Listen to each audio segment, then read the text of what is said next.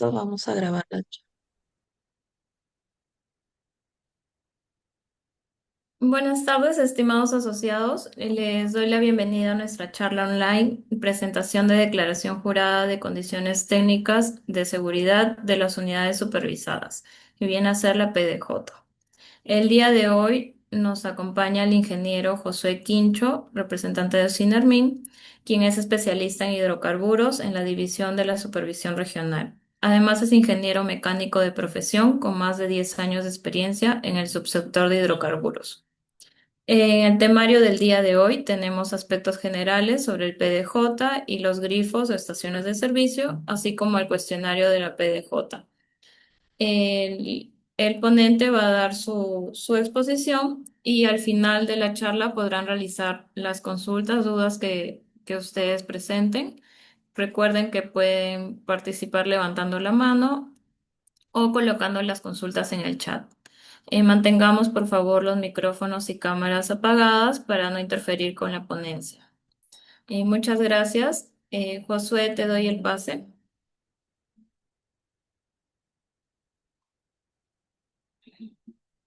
Gracias. ¿Qué tal? Muy buenas tardes a todos. Bienvenidos a esta charla al que José Nermín ha sido invitado y tengo el gusto de presentar esta exposición referida al PDJ, que es el procedimiento de declaraciones juradas para grifos y estaciones de servicio. Bien, vamos a ver algunos aspectos generales, como indicaba, referido a lo que es el PDJ, las estaciones de servicio, los grifos, y luego pasamos a una segunda parte que es ya referido al el cuestionario del PDJ propiamente. Antes que nada, mencionar de que el alcance de fiscalización que tiene los SINARMIN, el ámbito de fiscalización que tiene los SINARMIN respecto al tema de hidrocarburos, lo podemos dividir en dos grandes bloques, que es la fiscalización preoperativa y la fiscalización operativa. La fiscalización preoperativa es aquella que está referida al proceso de seguimiento que hace los SINARMIN antes de que un establecimiento, en este caso los grifos y estaciones de servicio, antes de que los grifos y estaciones de servicio cuenten con la autorización para operar. Quiere decir que toda la parte previa, toda la parte del proyecto, la construcción, la inscripción en el registro de hidrocarburos constituye la fiscalización preoperativa. Y una vez que cuenta con el registro de hidrocarburos, ya pasa a una segunda etapa que es la fiscalización operativa, en el cual ya existen obligaciones por temas de seguridad de las instalaciones, por el tema de los actos inseguros, obligaciones comerciales, obligaciones para mantener la calidad de los combustibles, la cantidad que se despacha también a través de los dispensadores, obligación de mantener las pólizas de seguro, realizar las pruebas de hermeticidad, entre otros. Ese es el ámbito de fiscalización de los SINARMIN. Referido a lo que es el procedimiento de declaraciones juradas que comúnmente le conocemos como PDJ, es un procedimiento que existe desde el año 2004. Básicamente ya tiene aproximadamente 20, 21 años este procedimiento PDJ y que ha ido perfeccionándose, mejorando, cambiando a lo largo del tiempo. ¿En qué consiste el PDJ? Básicamente es una declaración jurada que se presenta de manera anual y que la obligación de presentar son los responsables de los grifos, los operadores, los titulares de registro, y se presenta a través de la plataforma virtual de los INARMIC, la PBO, para el cual obviamente se tiene que acceder con el respectivo usuario y contraseña que cada establecimiento cuenta. Este PDJ está referido a las condiciones técnicas y de seguridad de las instalaciones. Y esta declaración jurada anual se debe hacer naturalmente posterior a una autoinspección, porque la intención no solamente es declarar y decir sí a todo, sino es previamente hacer una autoinspección a las instalaciones, hacerse un autoexamen y después de ello presentar la declaración jurada que corresponda, indicando que sí cumple o que no cumple. El mes de declaración de este PDJ actualmente está definido que es el mes de octubre. Es una declaración jurada anual, se presenta todos los octubres de todos los años. Y el siguiente mes, el mes de noviembre, es el mes de subsanación. En caso en esta autoinspección se haya encontrado alguna no conformidad, algún caso que indicaron, que declararon que no cumplen, tienen el siguiente mes de noviembre para corregir y volver a presentar la declaración jurada obviamente indicando de que ya se ha subsanado y que cumplen con dicho requerimiento de seguridad. La no presentación de la declaración jurada dentro del periodo que les corresponde genera la desactivación del rol de compras en el scope. Es decir, si, por ejemplo, el 31 de octubre vence el plazo para la presentación del PDJ y no lo presentaron, al día siguiente, a las 00 horas, ya no podrían realizar las compras a través del scope. Y en cuanto realizan la subsanación correspondiente, igual se activa de manera automática el rol de compras.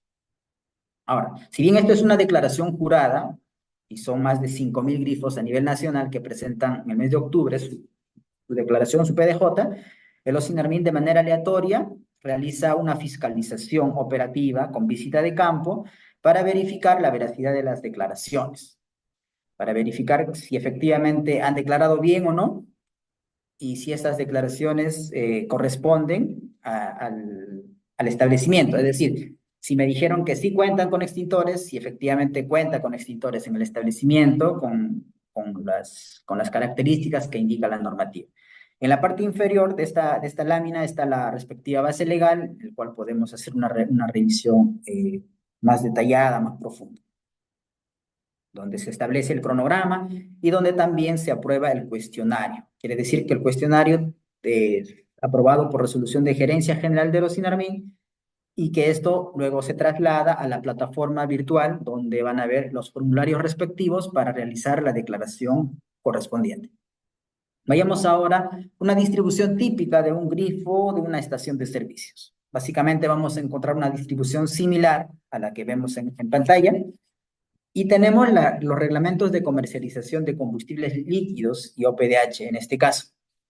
El Decreto Supremo 030-98 de Energía y Minas, donde se establecen las reglas de juego de los establecimientos de venta al público y otros agentes de hidrocarburos también, ¿no? Y tenemos el Decreto Supremo 054-93 de Energía y Minas también, el cual aprueba el Reglamento de Seguridad de Establecimientos de Venta al Público. El reglamento de seguridad de grifos y estaciones de servicio. Entonces, básicamente, en base a estas dos normativas es que se va a presentar la declaración jurada. El PDJ es un extracto resumido, sistematizado, de todos los requerimientos de seguridad que están establecidos en estas normativas y respecto al cual el grifo, o el grifero, en este caso el propietario, el administrado, va a realizar una autoinspección de sus instalaciones y va a presentar su declaración jurada. Un grifo y una estación de servicios básicamente varían en la dimensión de las instalaciones, en la cantidad de infraestructura con que cuentan. No vamos a entrar en mayor detalle sobre esto. Vayamos ahora a la siguiente parte, que es ya propiamente el cuestionario PDJ. Les había indicado que el cuestionario PDJ es aprobado por resolución de gerencia general de los SINARMIN y publicado en el diario El Peruano. El que corresponde a nuestra presentación, a esta actividad de grifos y estaciones de servicio, fue aprobado en el 2016 mediante resolución de gerencia general número 136, que contiene 5 anexos. Anexo 1 para grifos y estaciones de servicio, anexo 2 estaciones de servicio con gasocentro de GLP, anexo 3 solamente gasocentros puros, sin ningún otro tipo de combustible, el anexo 4 para grifos rurales con almacenamiento en cilindros y el anexo 5 para grifos flotantes. El que corresponde a la actividad que estamos presentando en esta charla es referido a grifos y estaciones de servicio, se encuentra en el anexo 1. Esta declaración jurada o este cuestionario aprobado por Gerencia General y que está publicado en el Peruano y luego trasladado a la plataforma de los SINARMIN, básicamente contiene estos 13, 14 puntos que están listados en la presentación. Datos generales de la instalación, como registro de hidrocarburos, la capacidad por producto, número de islas, número de mangueras. Básicamente es una fotografía del establecimiento, ¿no? Una descripción a grandes rasgos del establecimiento con lo que cuenta. Cuántos tanques, cuántas islas, cuántas mangueras. Y luego ya se va disgregando las respectivas preguntas por cada parte de la instalación. Datos de la instalación, requisitos de seguridad, sistema contra incendios, zona de entrada y salidas, distancia de seguridad, zona de tanques y tuberías, sistema de tanques enterrados, zona de ventilación y sistema de recuperación de vapores, zona de descarga, zona de dispensadores, instalaciones eléctricas, el patio de maniobras, servicios y letreros de seguridad, y finalmente el ítem 13 referido a los racks de GLP en caso el establecimiento cuente con autorización para vender balones de gas. Vayamos entonces a ver de manera resumida algunos puntos saltantes del cuestionario y en algunos temas donde amerite detenernos un poquito más, nos detenemos. La primera y la segunda pregunta están referidas a las instalaciones con que cuenta el establecimiento. La normativa del subsector establece que para el caso de grifos y estaciones de servicio, antes de entrar en operación, una instalación nueva o una modificación de dicha instalación requiere contar con un informe técnico favorable, que es básicamente la aprobación del proyecto, del grifo nuevo o de la modificación del grifo ya existente. Entonces, en las primeras preguntas del PDJ vamos a encontrar si esas instalaciones o la modificación de esas instalaciones cuentan con el respectivo informe técnico favorable. Y la normativa ha establecido algunos supuestos de modificación que requieren informe técnico favorable y también existen algunas modificaciones que no requieren informe técnico favorable, que solamente pasan por una modificación de registro o incluso quizás algunas otras modificaciones menores eh, simplemente se declaren en el PDJ y no requieran una modificación de registro. Algunas modificaciones que sí o sí requieren que previamente se haya tramitado un informe técnico favorable es el aumento de tanques de almacenamiento. Si un grifo cuenta con 4 tanques de almacenamiento, instala un quinto tanque, un sexto tanque, requiere un informe técnico favorable. Si cuenta con 4 tanques, pero alguno de ellos, tal vez por un tema de antigüedad, de mantenimiento, sale de la instalación, es reemplazado, es reubicado dentro del mismo establecimiento o sufre alguna modificación, el tanque, también requiere un informe técnico favorable, así como el aumento o la reubicación de surtidores o dispensadores y la reducción del área del terreno del establecimiento. Entonces, básicamente estos 4 puntos, cuando se tengan algunas de las modificaciones, eh, debe sí o sí contar con un informe técnico favorable. Entonces, si bien en la declaración jurada, el administrado va a indicar sí, sí cuento con ITF, cuando ya esto pase por una fiscalización por parte de los INARMIN, a través de su oficina regional, el fiscalizador va a verificar los antecedentes, se va a ir a los planos existentes y contra el cual va a cotejar la instalación física que está supervisando. Entonces, de encontrar alguna variación, alguna instalación que no haya tramitado el informe técnico favorable, va a seguir igual los procedimientos administrativos que correspondan, que va a devenir en un tema sancionador, va a devenir quizás en algún tema de medida de seguridad con una suspensión del registro. Entonces, por eso es importante conocer que algunos trámites de modificación, algunas modificaciones en el establecimiento requieren haber tramitado un informe técnico favorable. En caso tal vez hayan hecho o estén planificando hacer alguna modificación y lo que está en la normativa tal vez no es muy precisa, igual pueden presentar consulta. De por sí nosotros atendemos infinidad de consultas respecto a las modificaciones que están pretendiendo realizar. Otra pregunta, digamos, saltante, está referido al material de construcción del establecimiento, del grifo, estaciones de servicio, toda la instalación y infraestructura dentro del establecimiento o aledaños debe ser de material incombustible. No es viable, no es recomendable que existan materiales combustibles dentro del establecimiento, como el que vemos en los dibujos, ¿no? Perdón, en las fotografías de la pantalla, vemos que existen algunos incumplimientos en cuanto a oficinas o casetas de material combustible, como madera, por ejemplo, ¿no? Maderas, cartones en el establecimiento. Otro tema está referido al sistema contra incendios, a los extintores con que cuenta o debe contar el establecimiento. La normativa establece que debe contar con un mínimo de 2 extintores, un mínimo de 2. Si es más o si la instalación es bastante grande y el estudio de riesgos determina de que necesita mayor cantidad de extintores, obviamente será mayor a 2. Los extintores deben tener un rating mínimo de 20 a 80 BC y con certificación UL. Está indicado la respectiva base legal donde se sustenta lo indicado en esta lámina. Otro tema está referido a los depósitos de arena con que debe contar el establecimiento y que debe encontrarse en el patio de maniobras, como vemos en la imagen, ¿no? La finalidad de los depósitos de arena es tener una medida rápida ante un tema de derrame. Entonces, a través de de la arena que está disponible de manera rápida, se puede hacer una contención de un derrame en caso se dé. Otra pregunta está referida a que en las zonas urbanas, ¿vale? Establecimientos dentro de zonas urbanas, los anchos de entrada del establecimiento. Un ancho de entrada, una salida está definido en la normativa. El ancho de entrada debe estar medido de manera perpendicular entre 6 y 8 metros, en ese rango. Y el acceso de salida entre 3,6 metros y 6 metros. Esas son las preguntas que va a encontrar usted en el PDJ que va a encontrar en el sistema.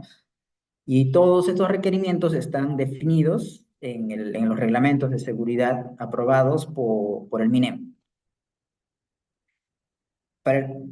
Respecto a los ángulos también, ¿no? Ángulos de entrada, ángulos de salida. No solamente está definido el ancho, sino también los ángulos. Los ángulos deben estar entre 30 y 45 grados. Aquí podemos ver otra pregunta referida a los accesos de entrada y salida. La normativa establece que un establecimiento debe tener solamente una entrada y una salida por cada una de las calles. No podría tener dos entradas, una salida o viceversa, ¿no? Por cada calle debe tener solamente una entrada y una salida. Si tuviese otra salida por la calle, digamos, colindante, el otro lado, igual una entrada y una salida. También otra pregunta está definida referida a los anchos de las veredas. Los anchos de las veredas de los establecimientos deben construirse de acuerdo a lo aprobado por la municipalidad. Las municipalidades son las encargadas de aprobar estos componentes viales, así que el administrado, el grifo, está obligado a cumplir lo que indican las municipalidades. Aquí, paréntesis, es importante mencionar de que un establecimiento de venta, como el caso de un grifo, si bien cuenta o debe contar con la autorización de los INARMIN para su instalación, para su operación, no está exento de que otras entidades, de acuerdo a sus competencias, puedan realizar y deban realizar la fiscalización correspondiente dentro del ámbito de sus competencias. Existe un organismo referido a temas medioambientales, a temas tributarios, etcétera. Cada entidad realiza la fiscalización en el ámbito de su competencia. Otra pregunta está referida a que el establecimiento, el grifo, debe construir veredas que solamente afecten, el ancho de las veredas solamente deben afectar al predio del grifo. No es viable de que digamos, la vereda, la salida, invada digamos, el frontis del vecino. Si bien todos estos aspectos se verifican cuando un grifo es nuevo, cuando un grifo está entrando va a entrar en operación, se fiscaliza en la etapa del proyecto, en la etapa de actas de verificación y registro de hidrocarburos, básicamente podría generarse algún incumplimiento, principalmente cuando ya habiendo contado con el registro se realiza alguna modificación por algún tema, por alguna necesidad, se ha realizado alguna modificación y quizás se incumpla alguno de estos requerimientos que están establecidos en la normativa. Indica también los sardineles de los ingresos deben estar pintados con un color visible, establecidos por las normas de tránsito, generalmente de color amarillo, para dirigir de manera adecuada las entradas y las salidas al establecimiento. La señalización del sentido de tránsito también debe estar establecido, debe estar pintado en el establecimiento, indique por dónde es la entrada y por dónde es la salida al grifo. Y también aquí mencionar de que es responsabilidad del grifo, del grifero, hacer de que los vehículos que ingresen al establecimiento cumplan con esta señalización, cumplan con la dirección del flujo, ¿no? Es, digamos, muy común que sobre todo en algunas zonas congestionadas que los vehículos ingresan por donde les corresponde salir. Entonces ahí es un incumplimiento que si verificamos en un tema Una fiscalización que los INDARMIN verifica también va a llevar a un tema de una medida administrativa. Otra pregunta está referida a las distancias de seguridad del establecimiento. Aquí debemos tener en cuenta de que un CRIFO, una estación de servicios, almacena, manipula, comercializa un producto peligroso, que es un combustible. La gasolina, el diésel es un producto combustible. Entonces, es un producto peligroso. Entonces, se establecen distancias de seguridad hacia puntos, lugares donde se pueda generar alguna chispa, algún tema de alguna descarga eléctrica. Entonces, aquí se establecen distancias hacia subestaciones eléctricas, ya sean en superficie o aéreas.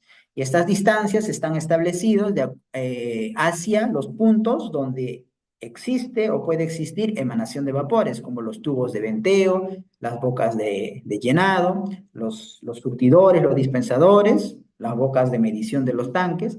Las distancias van a estar definidas de acuerdo en este caso, si son subestaciones, una distancia uniforme de 7,6 metros. Pero, bueno, aquí tenemos hacia los interruptores, pero también vamos a tener distancias hacia líneas eléctricas. Entonces, cuando son líneas eléctricas, seguramente en la siguiente lámina está, va a depender del voltaje de la línea eléctrica, si es una línea de alta tensión, de media tensión, de baja tensión. A las cajas de interruptores, una distancia de 3 metros, una distancia horizontal, una proyección horizontal. Entonces, si existe una subestación aérea, está a cierto nivel del piso, se va a proyectar primero hacia la superficie y desde el punto, desde la proyección superficie, es que se va a medir de manera horizontal. Hacia los servicios de vulcanización también, una distancia de 10 metros hacia los servicios de vulcanización respecto a las fuentes de calor. Igual, hacia los tubos de ventilación, bocas de llenado, etcétera, se va a medir hacia el servicio de vulcanizado, en específico hacia los puntos donde se genere calor, como las planchas metálicas eléctricas para el tema del vulcanizado. También se va a tomar distancias, se va a verificar distancias hacia los anuncios o rótulos iluminados, ¿no? En este caso, este panel de precios que está iluminado, se va a requerir una distancia de 3 metros, igual hacia los puntos donde exista emanación de vapores. Aquí también otra pregunta está referida a la habitación del guardián, de guardianía, exista una zona de habitación, entonces también vamos a medir una distancia mínima de 10 metros hacia los puntos de emanación de vapores. Estas son las preguntas que van a encontrar en la declaración jurada. Entonces, antes de presentar la declaración jurada, verificar estas preguntas, verificar si se cumple o no se cumple y declarar con la verdad. Les decía que respecto a los cables eléctricos aéreos, se va a medir igual respecto a la proyección vertical. Entonces, desde el cable aéreo se va a proyectar hacia el piso, hacia la pista, hacia la calle, y desde esa proyección se va a medir una distancia de manera horizontal. Entonces, si la línea de tensión, si la línea eléctrica es de baja tensión, 7,6 metros, si es de media tensión, aquí está indicado igual 7,6 metros, alta tensión, 10 metros, y ya muy alta tensión, ya 12 metros. Entonces, cuanto mayor es la tensión, mayor cantidad de energía transporta este cable eléctrico, entonces la distancia también va a ser mayor. Ojo, se mide respecto a cables eléctricos aéreos. No se considera cables de telefonía, ¿no? Cables de datos, sino cables eléctricos. Y tampoco se considera líneas enterradas, ¿no? En algunas zonas puede existir cableado enterrado, entonces no, solamente respecto a cables eléctricos y que sean aéreos. Otra pregunta está referida a que los tanques deben estar identificados y deben contar con su respectiva placa de fabricación, placa de identificación que debe estar instalado en una zona próxima al tanque. Generalmente en la fosa digamos, donde está el manhole, es que se coloca esta placa de fabricación donde está indicado los datos básicos de la fabricación del tanque. el número de serie, sus dimensiones, cuándo fue fabricado, con qué material. Esto lo da el fabricante. Aparte de que cuenta con un certificado de fabricación en papel, se debe colocar una placa de identificación en la zona próxima al tanque. Entonces, esto es un tema que se va a verificar. Si con el paso del tiempo quizás esta placa se ha caído, pues hay que volverla a colocar, o se ha perdido, hay que volverla a reponer, ¿no? Otra pregunta está referida a que los tanques no deben estar enterrados bajo edificios o bajo vías públicas. En la calle no puede estar o debajo de la pista no puede estar un tanque, ¿no? Es- Otra pregunta está referida a la cubierta que debe existir, el material de relleno que debe existir entre la parte superior del tanque, digamos, la parte más alta del tanque, hacia el nivel del piso, del pavimento. La normativa establece una distancia mínima de 45 centímetros. Esto para proteger al tanque, ¿no? Porque encima van a transitar los vehículos y si existe una cantidad menor, una distancia menor, un espesor menor, puede dañar la infraestructura del tanque y de los componentes que están enterrados. Entonces, por eso se establece una distancia mínima, una cubierta mínima de 45 centímetros de material compactado. En este caso, en la parte inferior, vemos algunas cosas que se ha verificado en las fiscalizaciones, que son incumplimientos, que donde el tanque no está enterrado. Vemos que está ahí descubierto el tanque. O tiene el pavimento y abajo hay como una fosa, pero no existe material de relleno. Son incumplimientos. Otra pregunta está referida a la ubicación de las bombas sumergibles respecto a la propiedad vecina. En caso existan bombas sumergibles, es decir, bombas que están instaladas en el mismo tanque, entonces debe existir una distancia mínima de 3,5 metros hacia la propiedad vecina. No puede estar a menos distancia, no puede estar pegado hacia la propiedad del vecino. Otra pregunta, otro requerimiento de seguridad es referido a los detectores de gases, ¿no? Estos hexágonos que pueden ver aquí son detectores de gases, perdón, detectores de fugas que nos van a permitir identificar indicios de que exista fuga de combustible en ese tanque, en ese sistema. Entonces debe contar con el detector de fugas y también con el cual debe ser mantenido de manera adecuada, ¿no?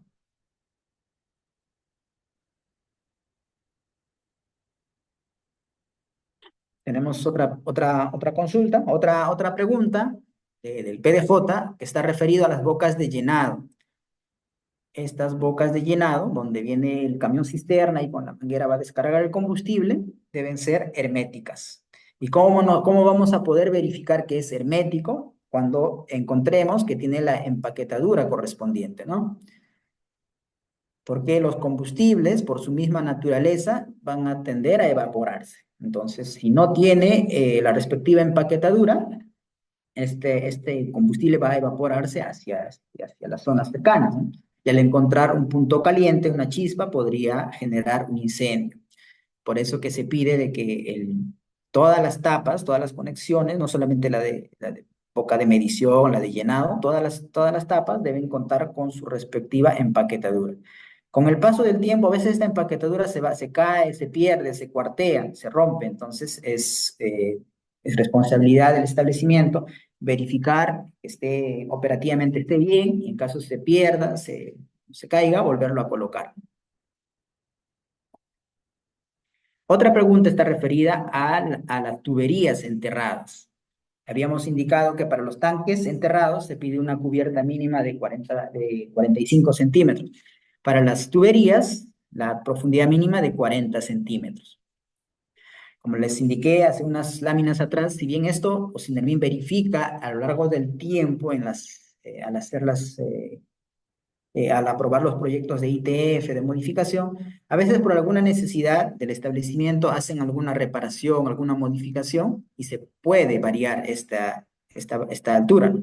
Se pudo haber variado, entonces es importante mantener la distancia de 40 centímetros respecto a la cubierta del pavimento. Igual esta distancia es para proteger a que la tubería, cuando un vehículo pase por encima, no vaya a ser dañado fácilmente, ¿no? El sistema de recuperación de vapores con que debe contar el establecimiento para los tanques de gasolinas y gasoles. Debe contar con el respectivo sistema de recuperación de vapores. Y que no solamente debe contar, sino también debemos verificar, ustedes deben verificar de que en las operaciones de descarga se debe conectar adecuadamente para, de esa manera, evitar de que los vapores que existen en los tanques se disipen y se vayan al medio ambiente.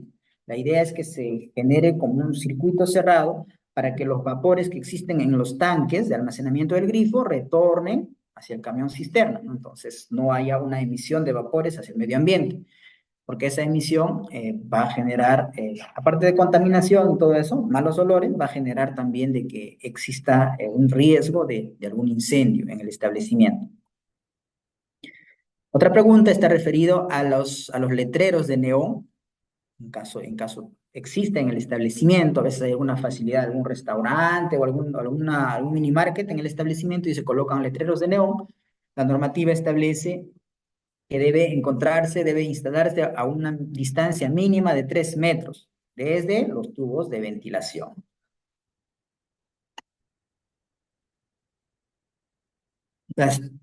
Digamos, las tuberías de venteo deben estar adecuadamente diseñadas, de acuerdo a la capacidad del tanque, para que exista un flujo adecuado del venteo. Los extremos de los tubos de ventilación, que deben terminar de manera horizontal o hacia arriba, como los que vemos en la imagen. Respecto a los tubos de ventilación, también la normativa establece que deben descargar a un mínimo de 4 metros desde el nivel del terreno adyacente. La altura mínima de estos tubos de venteo deben ser mínimo 4 metros desde el nivel del terreno. Y en caso exista o estén ubicados pegados a una pared, que es lo que, digamos, en la mayoría de los casos se da, los tubos de venteo están adosados a una pared cercana.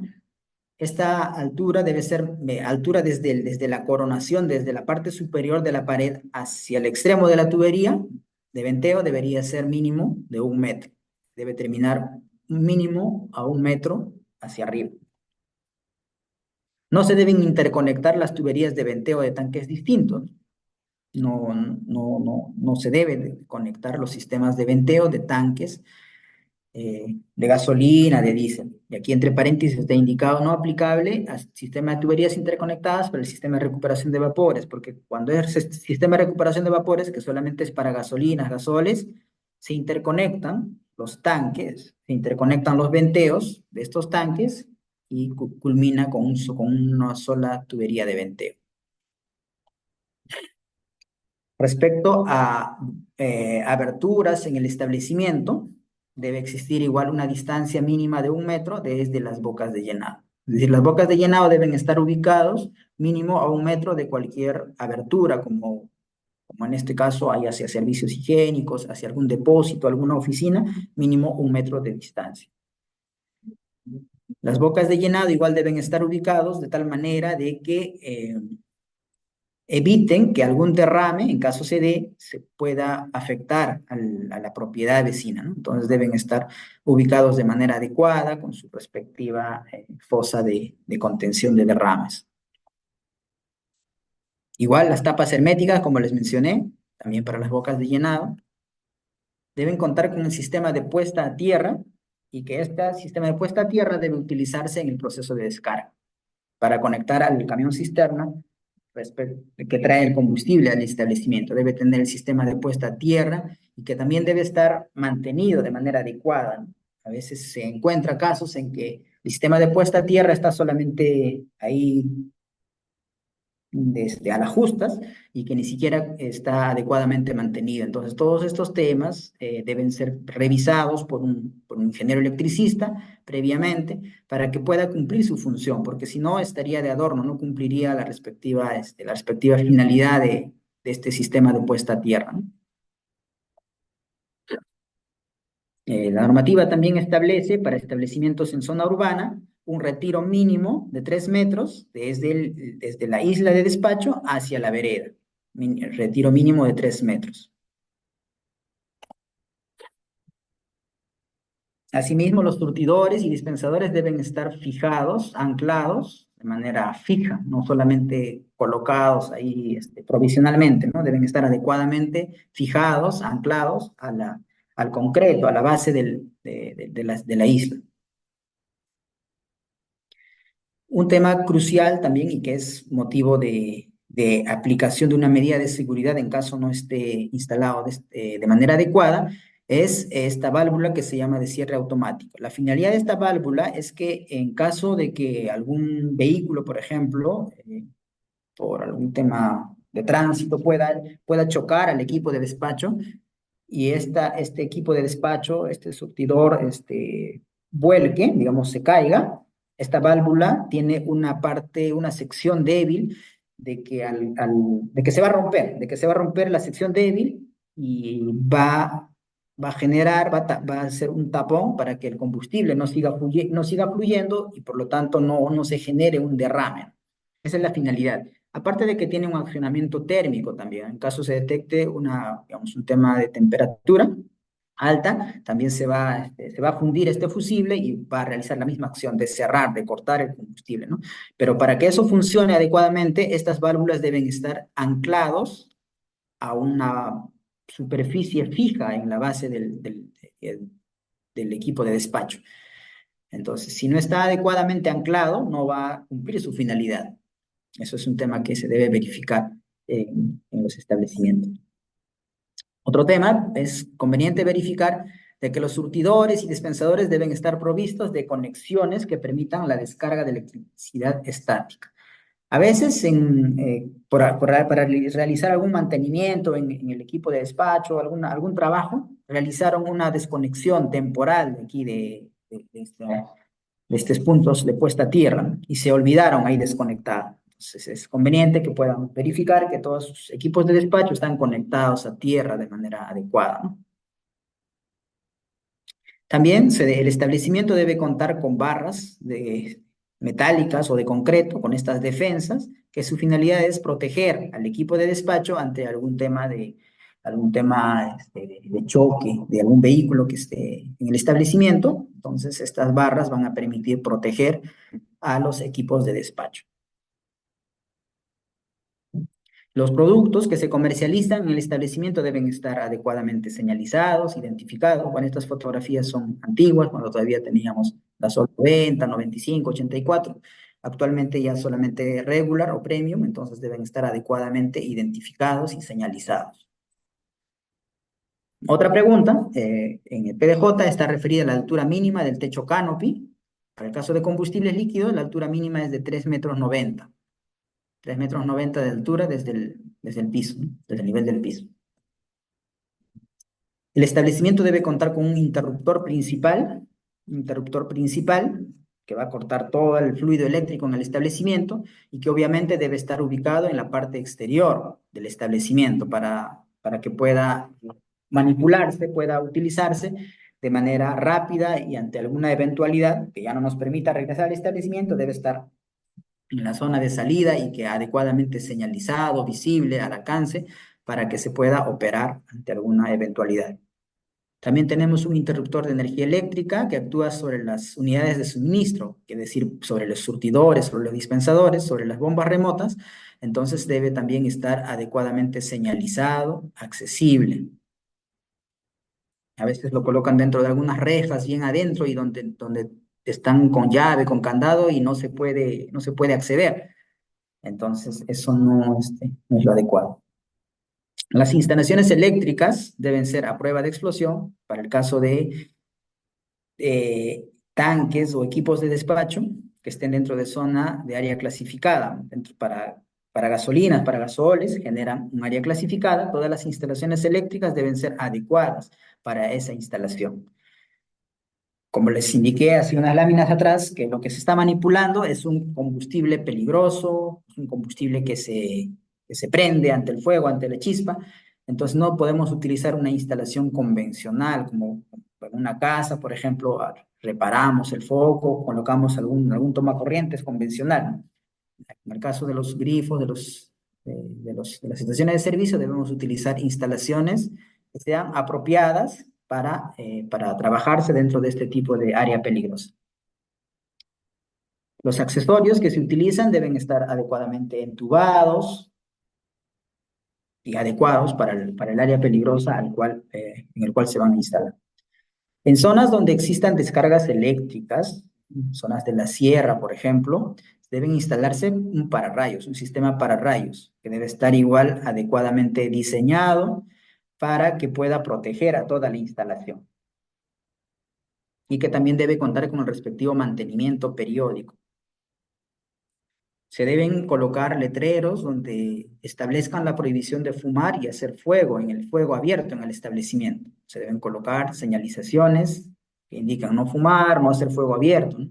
Entre otros tipos de señalizaciones, como por ejemplo el que vemos en la pantalla, ¿no? Los establecimientos de venta, los grifos, la normativa no establece una medida mínima. Un grifo debe tener 100 metros cuadrados como mínimo, 200 metros cuadrados, no establece.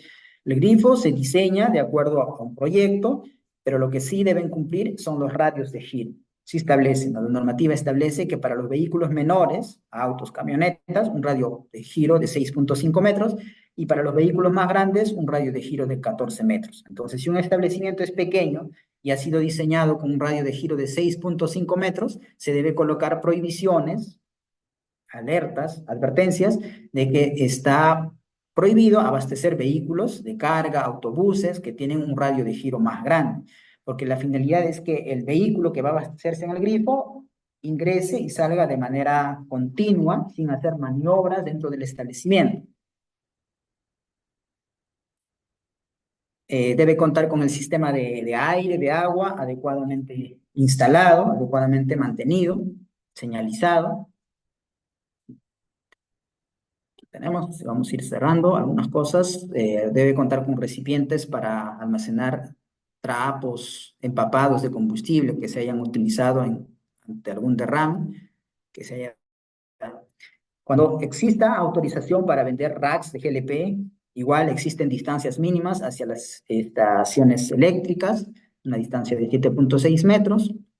¿Qué más nos dice aquí? Ya para ir terminando, que las tuberías y tanques metálicos deben estar protegidos por un tema de corrosión. Y la forma tradicional como se protege es mediante un sistema de protección catódica, como los que vemos en la imagen, ¿no?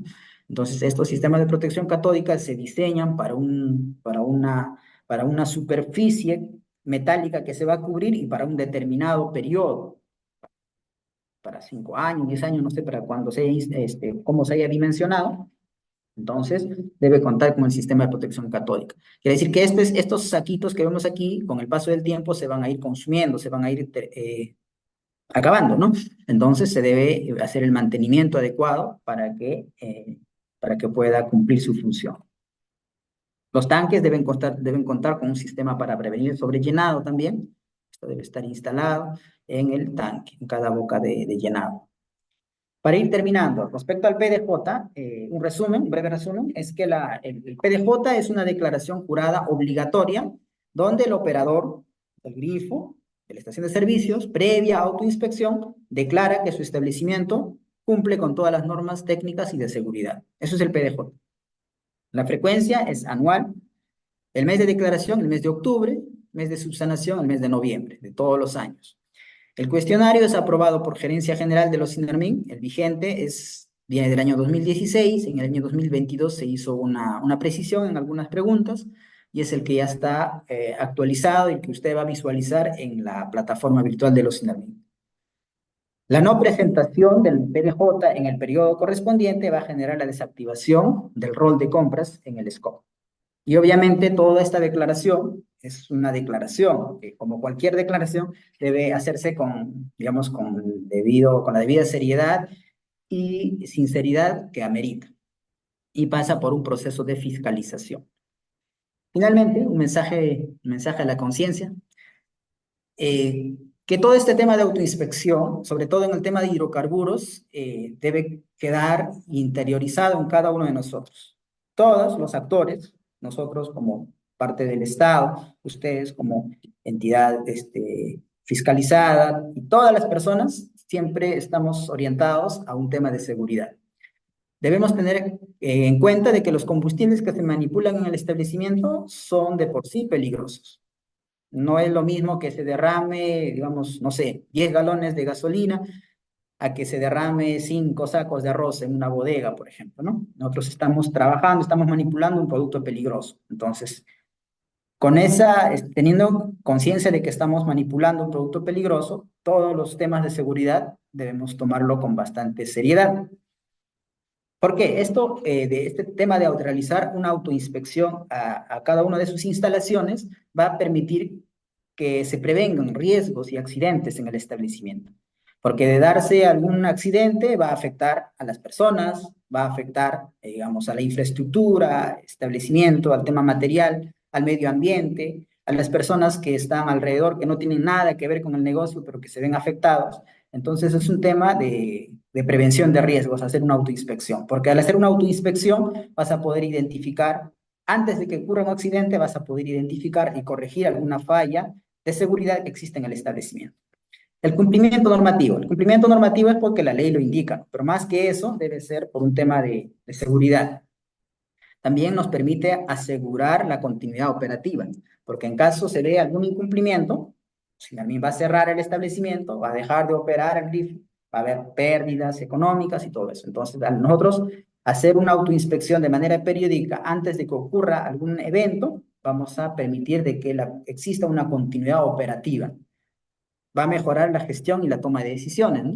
Si identifico alguna falla, voy a poder gestionar mejor cuando hago este mantenimiento, cuando hago esta corrección, cuando compro este equipo que me está faltando. Entonces hay una mejor gestión de, de, de, de los temas de seguridad del establecimiento.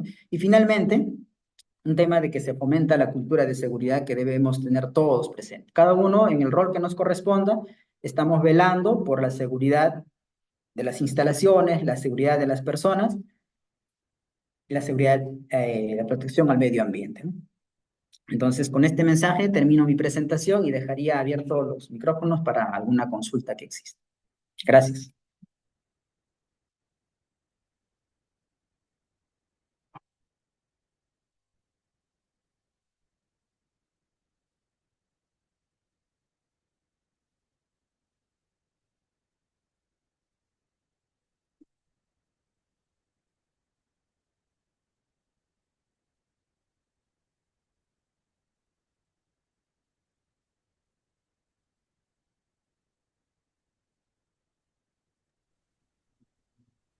Recuerden que si tienen consultas pueden irlas colocando por el chat o pueden levantar la mano.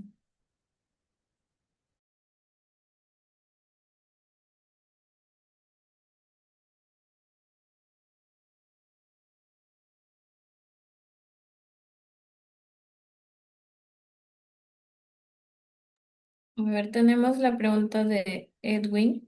En referencia a la capacidad de tanques, ¿solo se sanciona cuando la capacidad del tanque es mayor o también cuando es menor a lo registrado? Ya, gracias. Propiamente no existe como tal un tema de capacidad mayor a lo registrado o menor a lo registrado, porque se entiende que en el registro de hidrocarburos figura la capacidad que tiene el establecimiento. Entonces, no habría forma de que exista una capacidad mayor o menor, salvo que hayan realizado una modificación no autorizada. Entonces, creo que no, propiamente, como está formulada la pregunta como tal, no es factible que se dé. Ahora, lo que tal vez puede ser, no sé si en ese sentido está orientada la pregunta, es que cuando se aprueba un proyecto, los SINERMIN aprueba un proyecto para instalación o modificación de un grifo, se aprueba en planos, se aprueba una memoria descriptiva. Ahí se autoriza una determinada capacidad para un tanque. Pero al momento que se construye, como en cualquier actividad, al momento que se construye, no se, es, digamos, prácticamente bien remoto de que se construya exactamente como se ha planificado.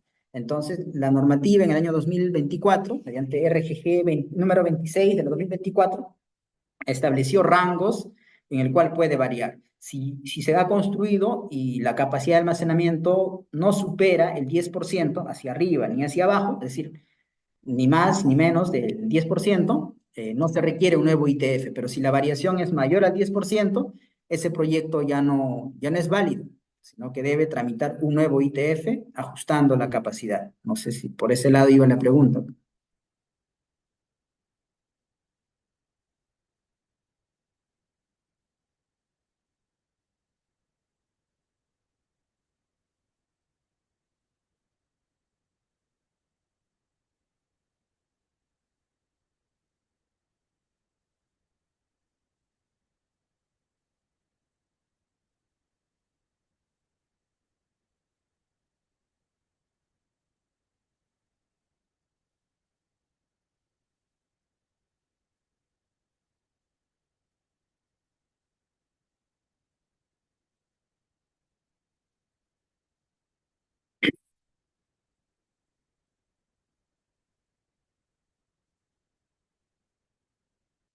Ya, ahí en el chat veo que Edwin nos indica que podría darse el caso de que uno compra un grifo o una estación de un tercero, ¿no? Compra un grifo que ya existe y a veces estos han instalado un tanque en reemplazo de otros sin algún aviso alguno.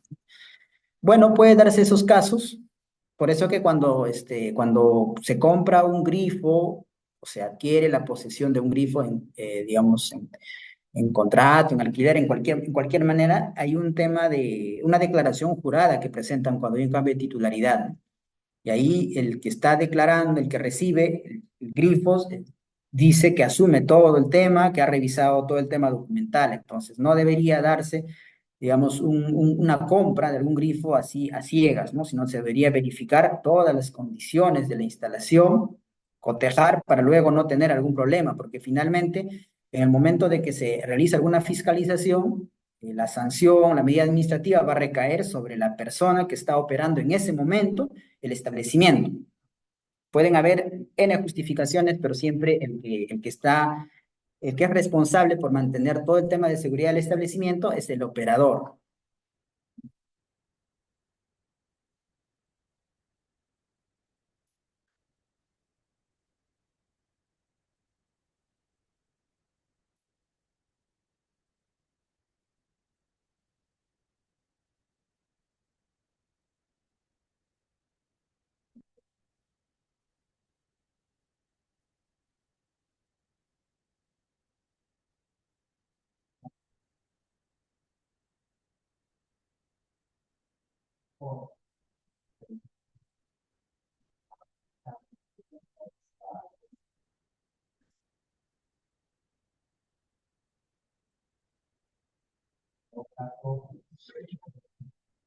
Bien, parece que ya no tenemos más consultas. Nada, de todo agradecer a la Asociación de Grifos y Estaciones de Servicio por la invitación a participar en esta charla.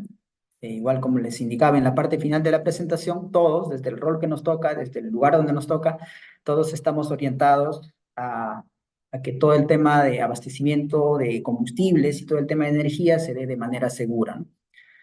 Entonces, de esa manera ya agradezco a los organizadores y doy por finalizada mi presentación. Muchas gracias. Muchas gracias, Josué, por la exposición y gracias a todos los asistentes. Que tengan buena tarde.